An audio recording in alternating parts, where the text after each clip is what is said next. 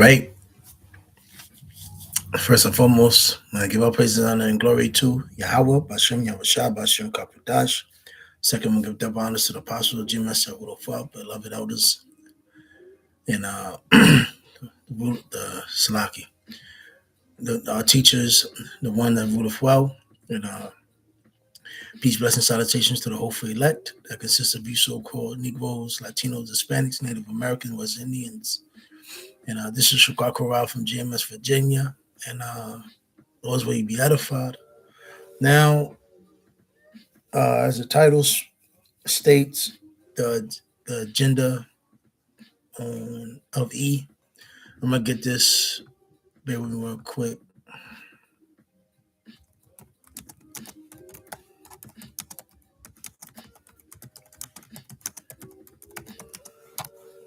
We got to understand, hold on, let me see something.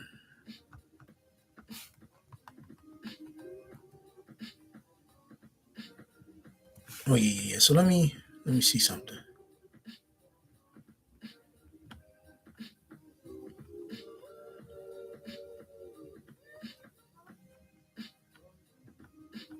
Man.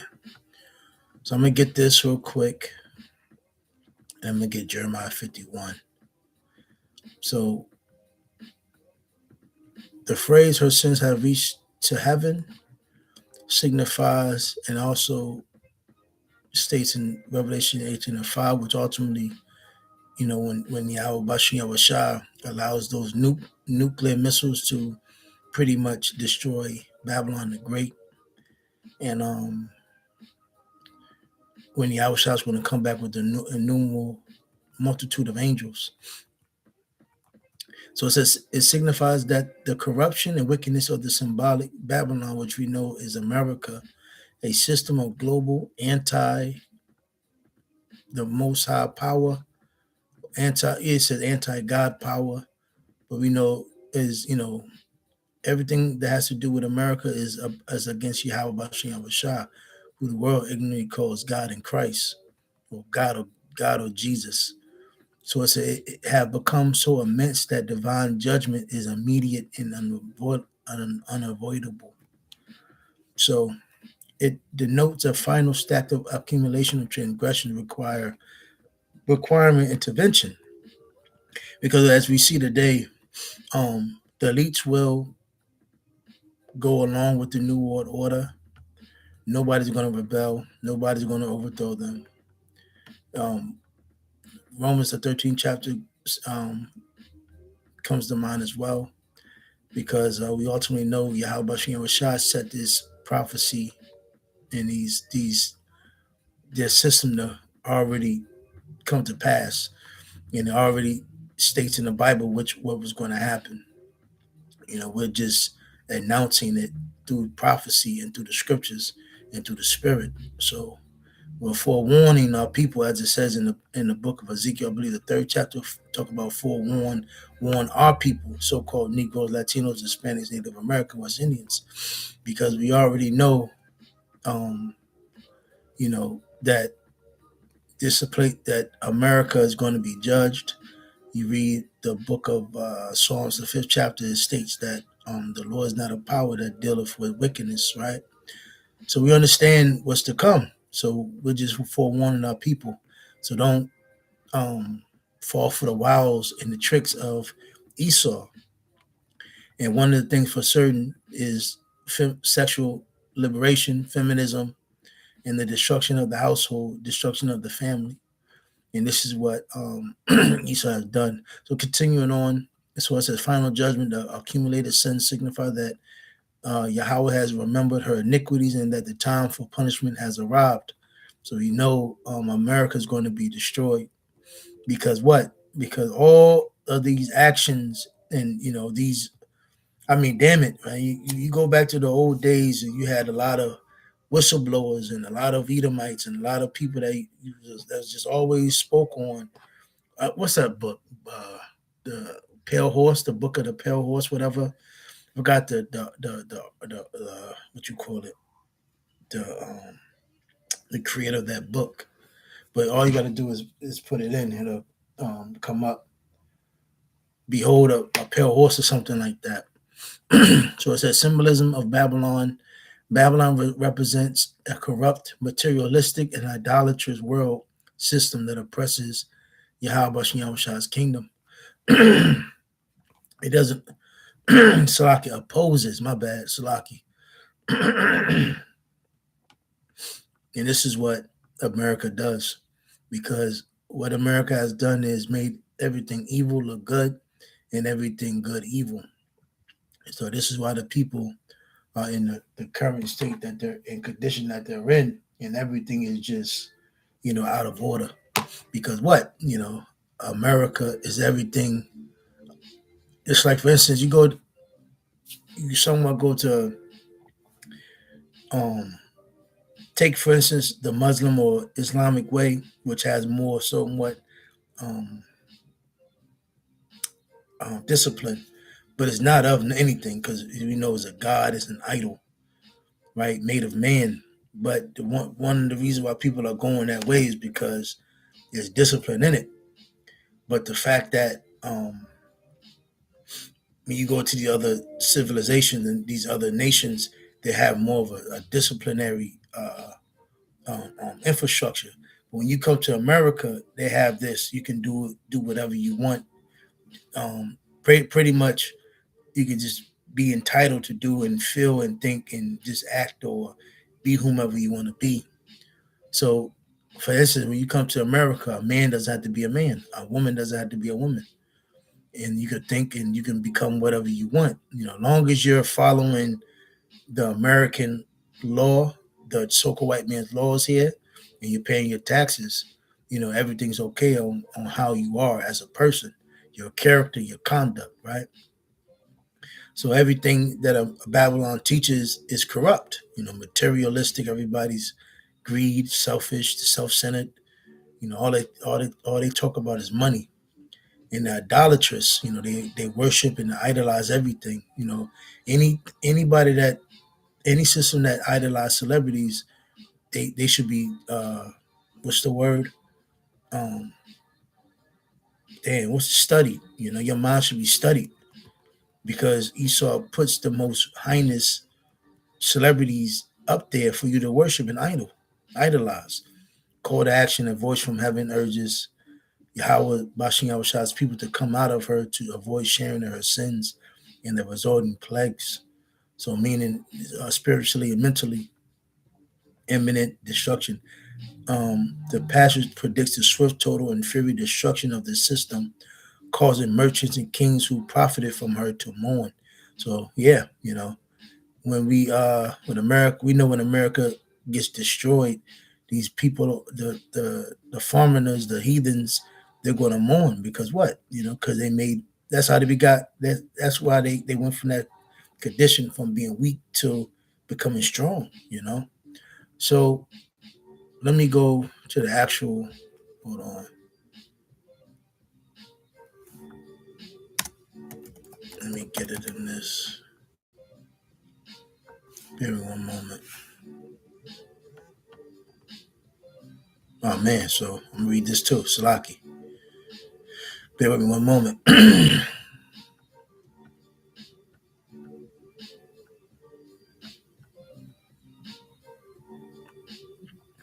So judgment reached him to heaven, Jeremiah 51:9. The severity of Babylon's sins against Yahweh and his people was so great that it reached the heavens, bringing divine judgment to the skies. So, we understand this is a future prophecy and one that's going to happen, thus coming soon. And who is the Lord's people? Hey, starting with the elect, the 12 tribes of Israel, so-called Negro, Latino, Hispanics, Native American, West Indians. So in Jeremiah 51:9, impossible to heal, Yahweh warns that Babylon is beyond healing of repentance, signaling the finality of her destruction, which is why people are urged to leave, and not meaning getting up out of here, get your passport, but meaning spiritually, mentally, because what? We understand Yahweh is going to send havoc and destruction and death upon this place. And because one thing for certain, This system and these ideologies and these philosophies has caused the people of America to pretty much lose their minds and just become corrupt.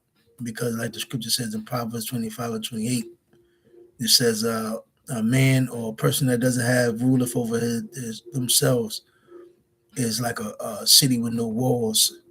And, pretty much Esau have used Christianity, Catholicism, and love and liberty for you just to consume and not have no discipline or no boundaries set around you.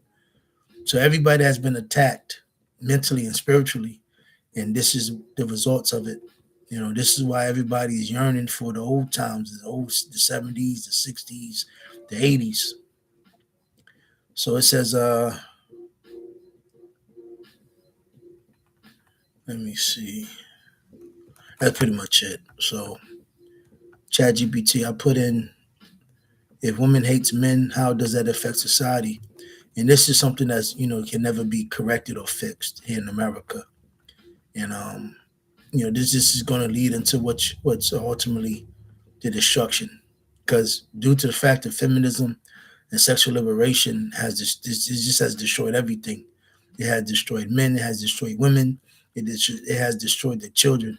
So everybody has been this open for any attacks, and the trauma, the lifestyle, the oppression has caused everybody to go crazy. And Esau is profiting off of all of this.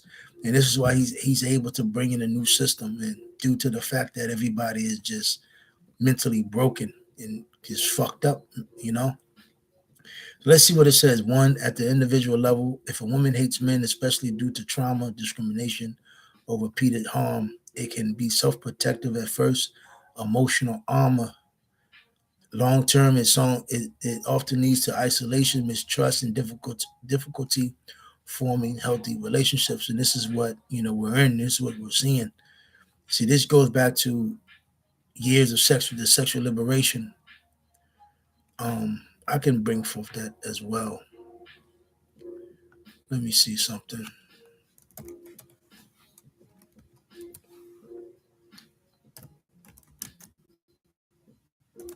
Let's see what it says.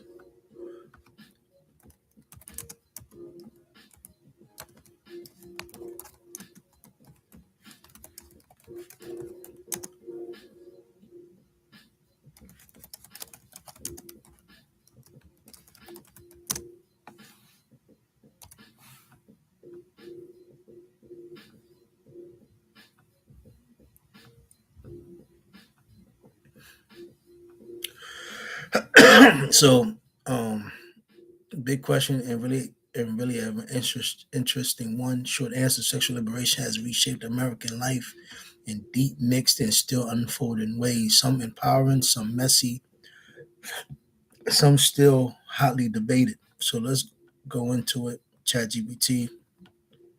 What people usually mean by sexual liberation in the U.S. It mainly refers to shifts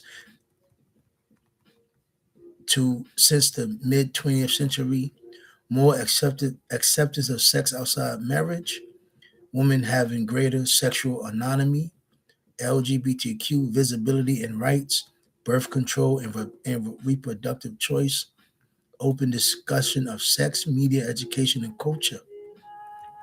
So everything has become a mess. Major effects on America: more personal freedom and anatomy, upsize people, especially women. Let me see.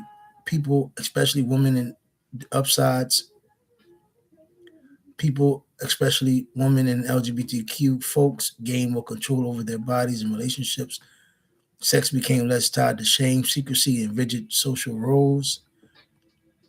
And this is what they all wanted. This is what this push for. People can choose it when and with whom they have sex more freely. And this was the push. So the impact was delayed marriages, smaller families, more diverse relationship models. Big changes to gender roles. Let's see, sexual liberation went hand in hand with feminism. Women no longer expected to be sexually passive or defined by purity. Greater participation in education and careers. More negotiation around consent, pleasure, and equality. Yeah. So everything is messed up. All the boundaries are messed up, and due to this, a lot of this fucks up the children. I mean, this just throws the society at it. Just breaks the society. This is why men are getting passports and leaving, and they're not looking back. All you got to do is go on those platforms on YouTube when those men are having no discussion. That men are saying, "Get the hell out of America," because these women are through. And Esau used these women. That was the purpose, to use the women. Man, who and what was the first woman they started off with? So-called black woman. And then, they used the Edomite woman as well. So it says, but let me see.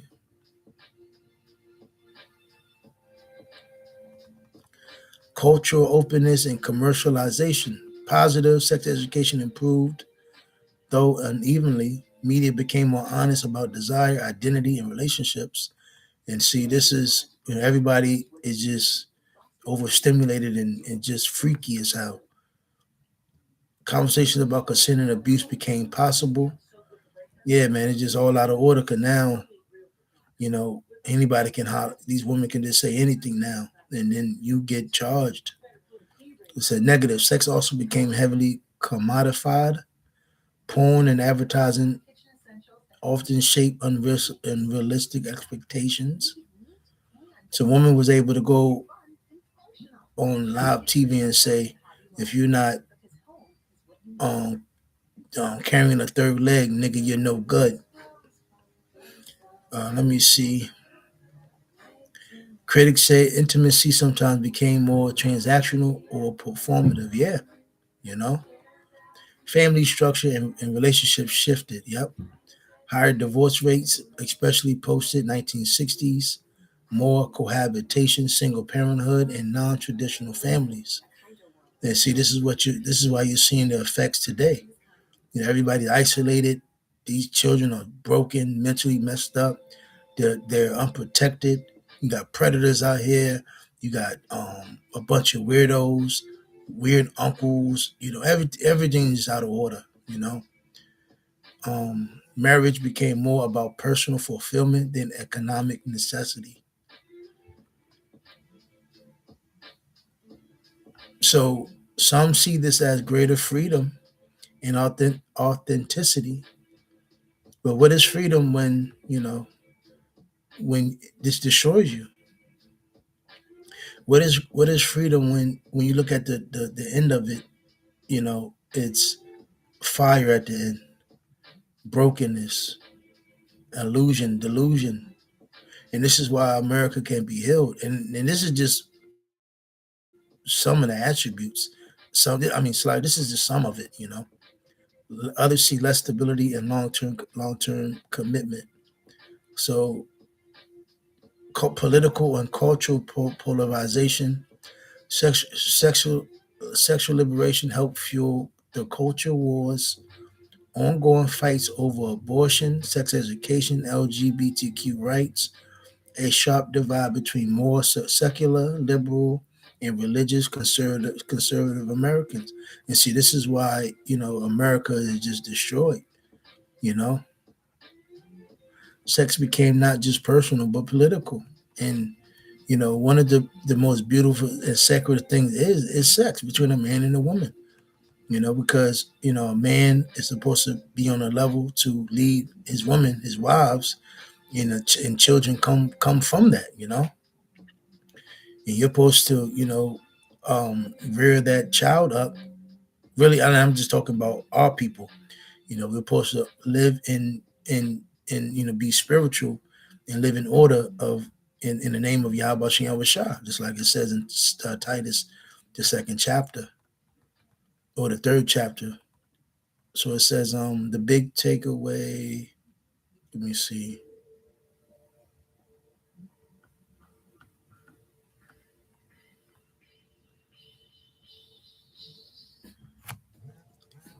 Let me see the effects on dating culture, mental health.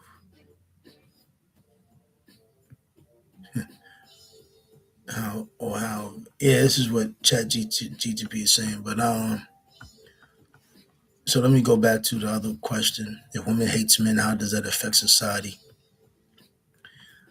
So going back to one long term, it often leads to isolation, mistrust, and difficulty forming healthy relationships. It can harden into an identity built around opposition, which usually hurts her as much as everyone else. So even when the feeling is understandable, it's rarely healing if it stays there. So again, and a lot of us, our moms were affected, our grandmothers were affected, our aunts were affected, and then we became affected.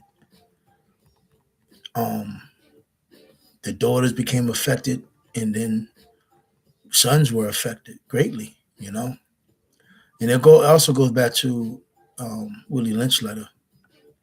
Two, at the social level, if anti-male sentiment becomes common or normalized, polarization increases men versus women instead of shared problems.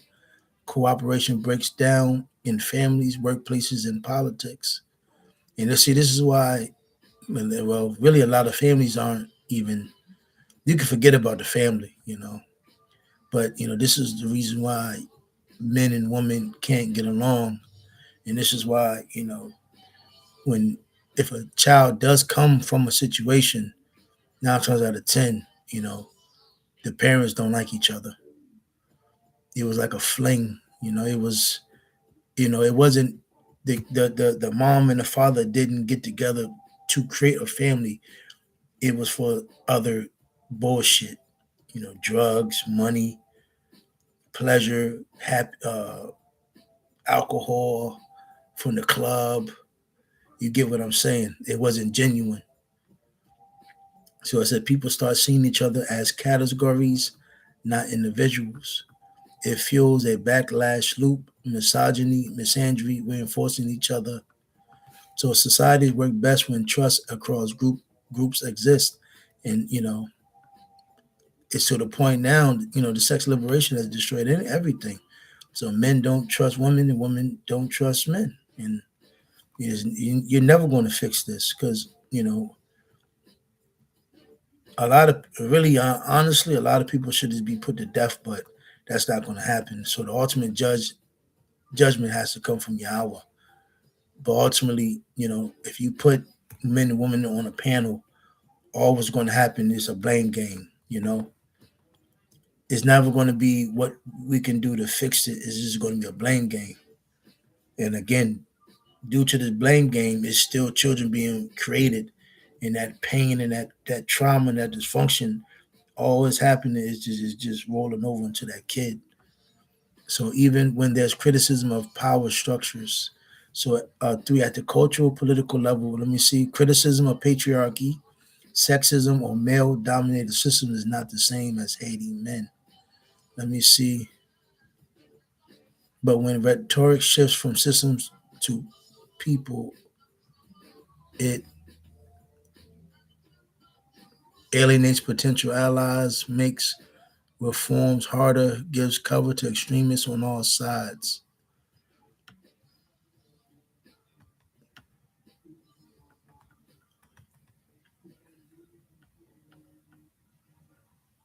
Social change usually succeeds by expanding empathy, not narrowing it. So this is what you're seeing. You're seeing a lot of um, uh, uh, uh, platforms and the whole world. This whole system is shifting and joining the sides of women. So they're allowing these women to pretty much bring their 2 cents in it, and it's throwing everything off. You know, man, this is why everything, the whole thing, everything, the whole experience of America is just gone, is done for because you allow these feminists, which were all a lot of Edomite women, ugly ass Edomite women, um, and they allow these women to pretty much shape the values in the political, in the cultural way of the whole America.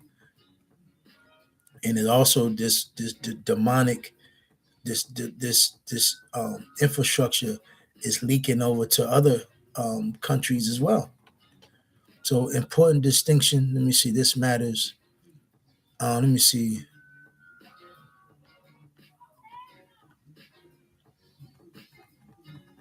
Uh, Let me see. I'm going to the other one I have. So if woman hates men, how would that hatred affect their sons if they had any? So it's a heavy question, a real one. I'll be straight with you, but no angst, no angst. This is Chat GBT as well. A woman who hates men doesn't automatically harm her sons, but unexamined hatred most always leaks out. Kids absorb worldview more than words. Here are the most common ways it can affect sons, depending on how that hatred shows up. Now, you have a bunch of men that are weak, and it tells you how the men of Babylon will become weak, be as women, right? So number one is conflicted identity. A son is a male. If men are bad, dangerous, selfish, is the background message. He may grow up feeling shame about being a male. And we all had these fucked up aunties and grandparents or moms or we don't experienced it. And then also what Esau does is use the media to put the icing on the cake as well. Um, Esau the TV has been a great tool for pushing this as well. So I'm gonna read that again. And this is why these boys today, and man, we all have certain family members that this has affected. So again, number one, conflicted identity. A son is a male. If men are bad, dangerous, selfish, is the background message. He may grow up feeling shame about being a male. We all have seen in the picture that they had the mom. It said I think men ain't shit or something. Then they had the daughter, and then you had the son, and it basically said I don't even want to be a man. So it said trying to distance himself from masculinity, believing he has to prove he's not like other men. Yeah.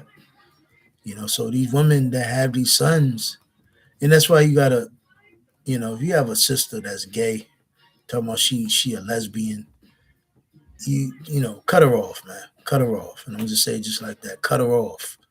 That's basically saying you hate your father and you hate me. All this shit that this Christianity mess that has allowed you to accept people that's fucked up mentally, and then you wonder why your household's fucked up, shit's happening around you, evilness is coming upon you, wickedness is coming upon you because you didn't cut it off, you accepted it, right? That's like a nigga that's talking about he's a mo, right? So you hate your sister, you hate your mother, etc., man. You know, and it's simple, straight cut forward. It's simple. So it says, let me see where I was at. Two, conditional love.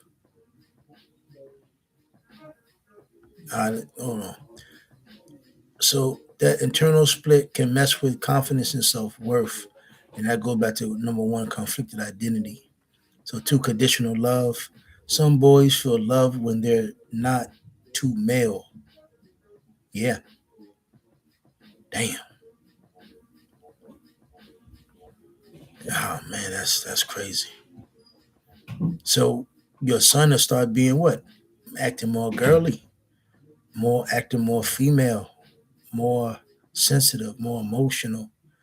And so it says anger equals bad, assertiveness is threatening, sexuality suspicious. So basically, so it says so they learn to suppress normal traits. So I mean, I don't, we all done seen it, man.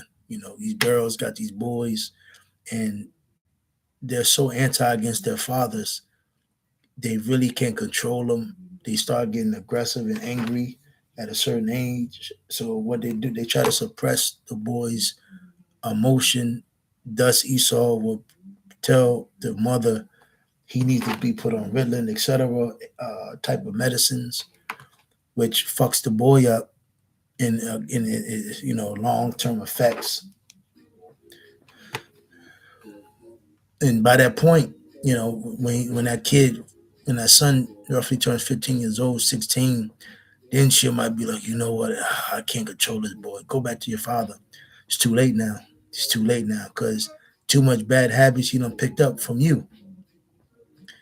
So assertiveness, he can't show that off because what? It's threatening. So basically, a boy showing qualities of all what all men have, it's a problem to the girl or the mother or the auntie, etc. So they try to break it out of them, or they try to manipulate them of not being like that. And see, what a man is going to do, he's going to direct it into a healthier or something, or he will direct the traits of a boy becoming a man as a healthy form of it. If you get what I'm saying. So three, confusion about boundaries and power. That's like it says in a Sirach, um, I believe the ninth chapter, the third. Confusion about boundaries and power. If men are framed as oppressors and women as victims, sons may feel responsible for others' pain. So just sensitive and emotional as hell. Oh man, mama, don't worry about nothing. When I get better, when I get older, I'm gonna protect you, mama. I'm gonna save you, mama. Well, your mother should not talk her shit. Your father should be, providing and taking care and looking out for you. And your mother should be looking out for your father. Or it says, or terrified of being seen as harmful. So you're just a pushover. What is it? You're physically strong, but you're mentally weak, or unsure how to express strength without guilt. So hey, healthy masculine. Yeah. Oh man, that's heavy. Healthy masculinity needs guidance, not fear. So this is why eventually a lot of boys join gangs,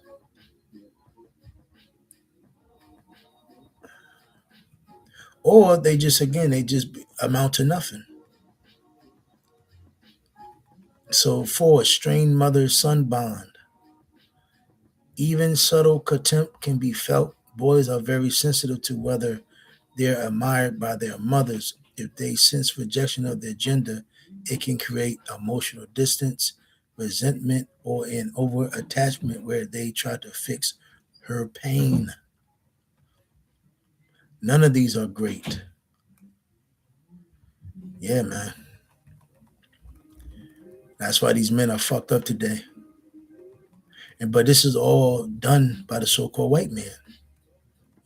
Oh, there you go, victim, playing victim. Hey, get off my fucking page.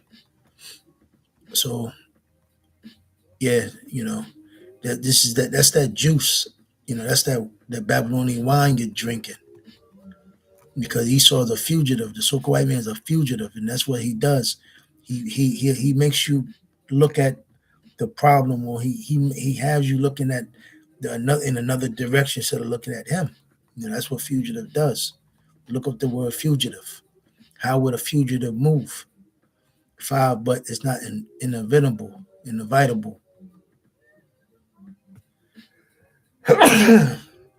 Shalaki. what what matters most is self-awareness. A woman can have deep anger at men and still raise. Let me see.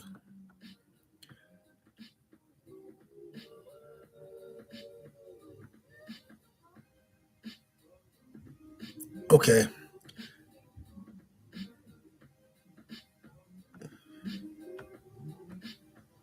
It's what it says. A woman can have deep anger at men and still raise healthy sons if she separates her trauma or ideology from her child, explicitly affirms that her son's masculinity is good, models accountability without contempt, allows positive male role models into his life.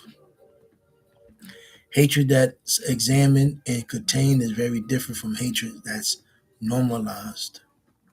But we understand, majority of these women, it's just majority of the times, their situation that they put themselves into is just a bad situation, and it was done out of, man, it's so it's it is it's hard to even explain and talk about it because a lot of these girls is a lot of it, and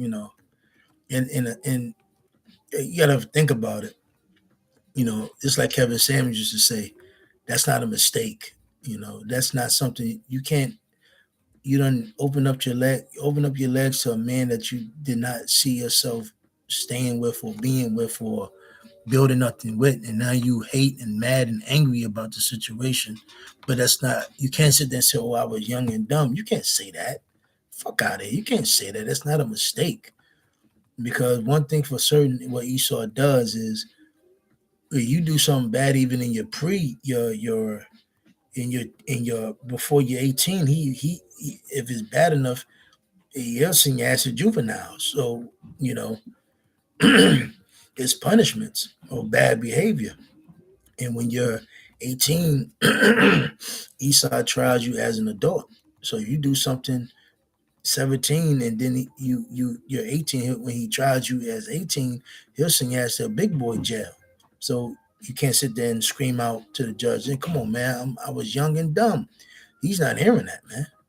But you're out here on the platform talking about you were young and dumb. Nah, man, nah, it doesn't work like that. But see, a lot of these women, what they realize, that sexual liberation that they believed in, they know they just can't blot that blemish out. So a lot of times these women are angry as hell and they're mad. So all these traits and these feelings and traumas and these pains, it comes out and it goes out on the child, you know. And this is what a lot of things that we're seeing today. And this is why just everything is weird now, man. Everything is weird. There ain't nothing right out here. But I'm going to go ahead and close this thing out. Those where you was edified. With them, I say shalom.